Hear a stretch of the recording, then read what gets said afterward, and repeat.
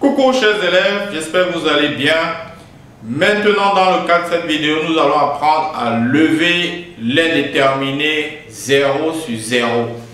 Activité 4, nous avons donc deux limites bien connues où il y a des techniques différentes qu'il faut maîtriser. Pour le cas, donc sans plus tarder, je vais vous apprendre tout dans la résolution de cette activité, ce que vous devez comprendre, ce que vous devez connaître pour ne plus enfin jamais rater.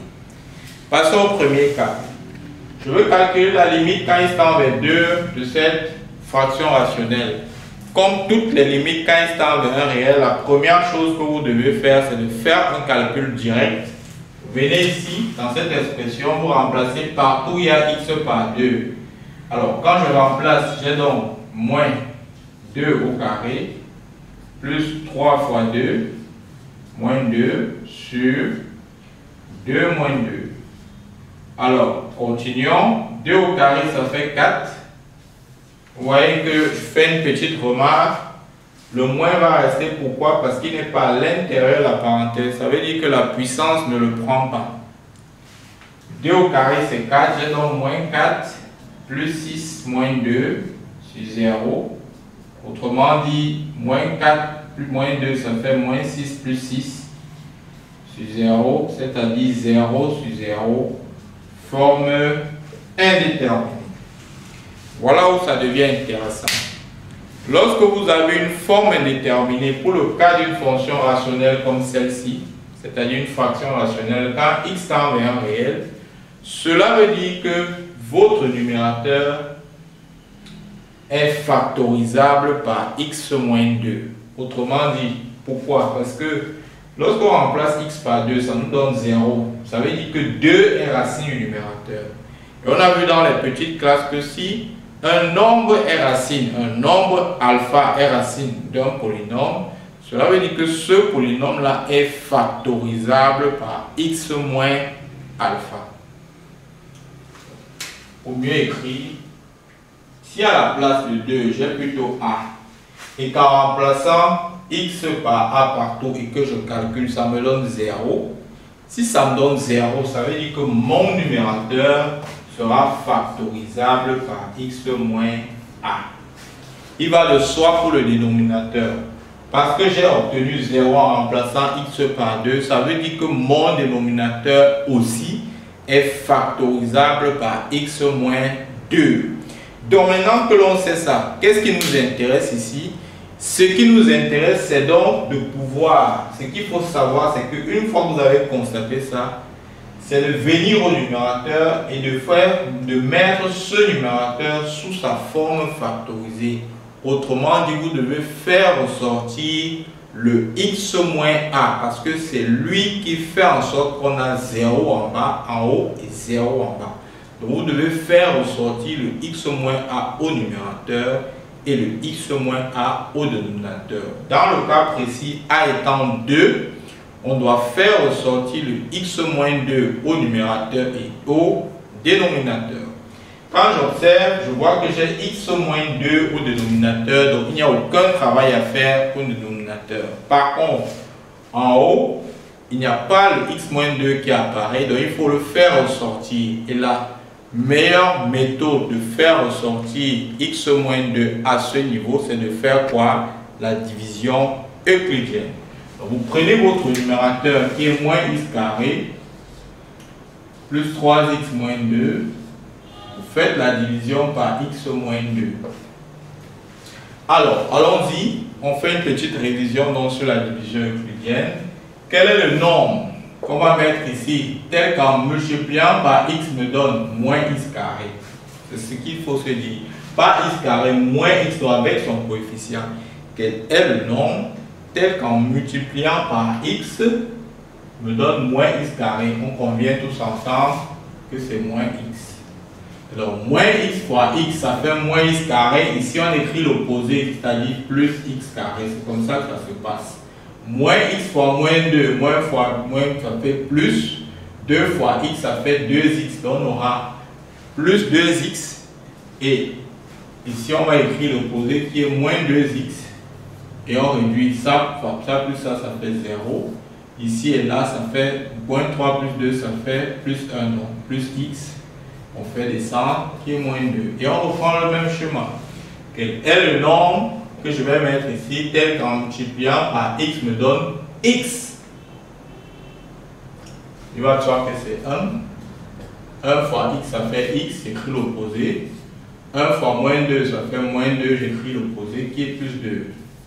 Ça plus ça, ça fait 0. Ça plus ça, ça fait 0.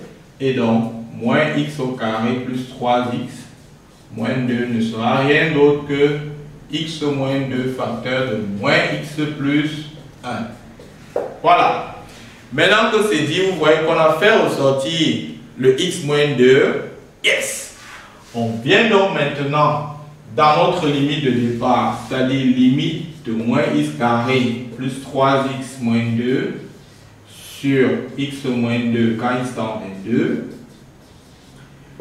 On l'écrit donc sur sa forme factorisée. Ça va donc faire limite quand x tend vers 2 de x moins 2 facteur de moins x plus 1 sur x moins 2. Vous voyez que ayant x moins 2 en haut et en bas, on simplifie et on reste donc avec limite de moins x plus 1 quand x tend vers 2.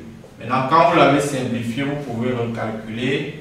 Vous avez donc moins 2 plus 1 qui va donner moins 1. Alors pourquoi on fait ça?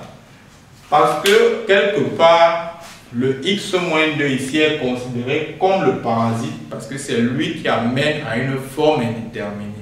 Voilà pourquoi il faut absolument l'étirer, c'est-à-dire le faire ressortir à la fois au numérateur et au dénominateur.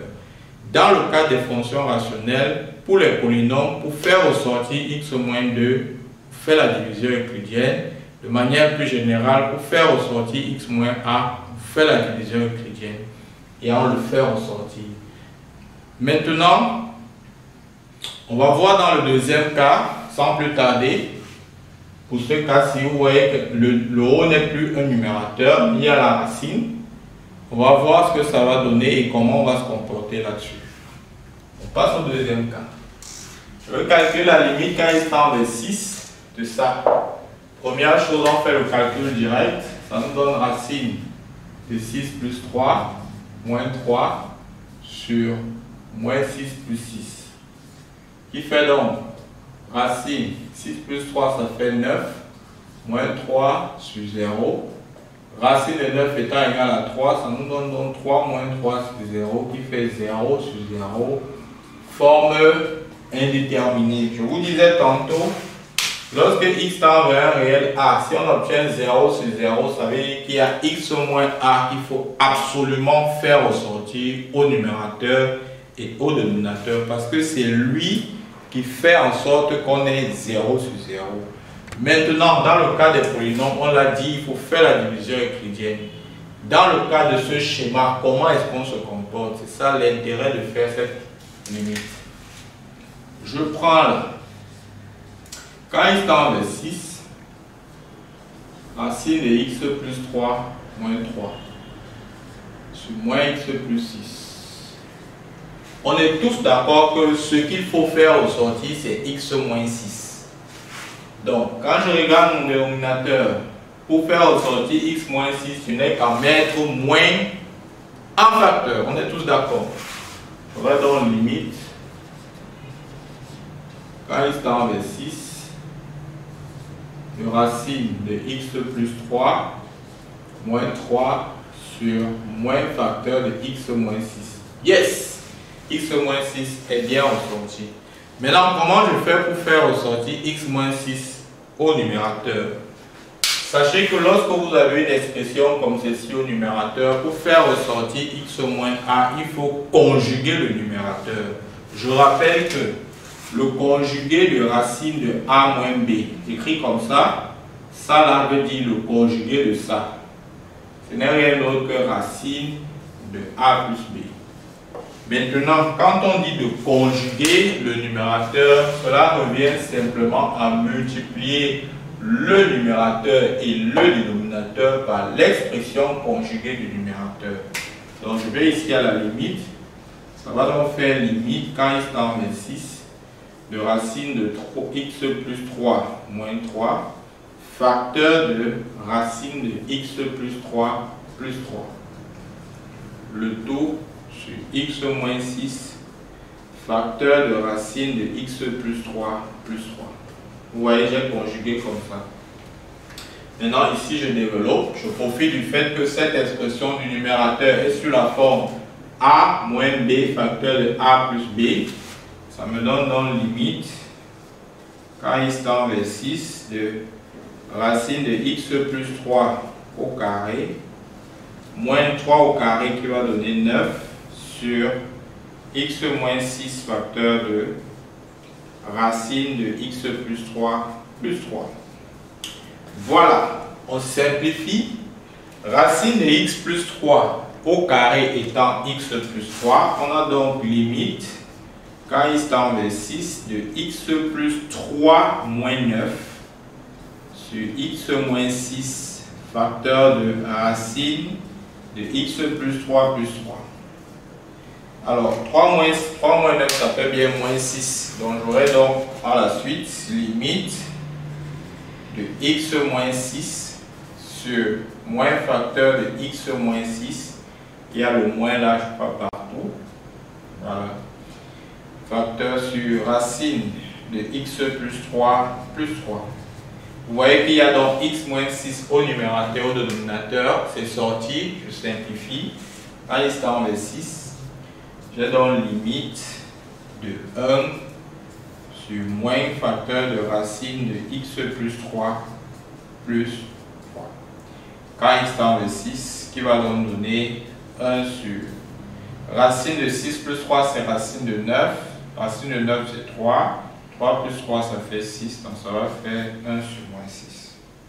Et on est arrivé au terme de cette vidéo où je vous ai montré les deux cas de figure qui peuvent venir dans le cas où on pose la question de lever l'indéterminé de la forme 0 sur 0. J'espère que j'ai été succinct. Laissez-moi un commentaire pour me donner votre appréciation. Merci pour votre écoute. Donnons rendez-vous pour une prochaine vidéo. Bye bye.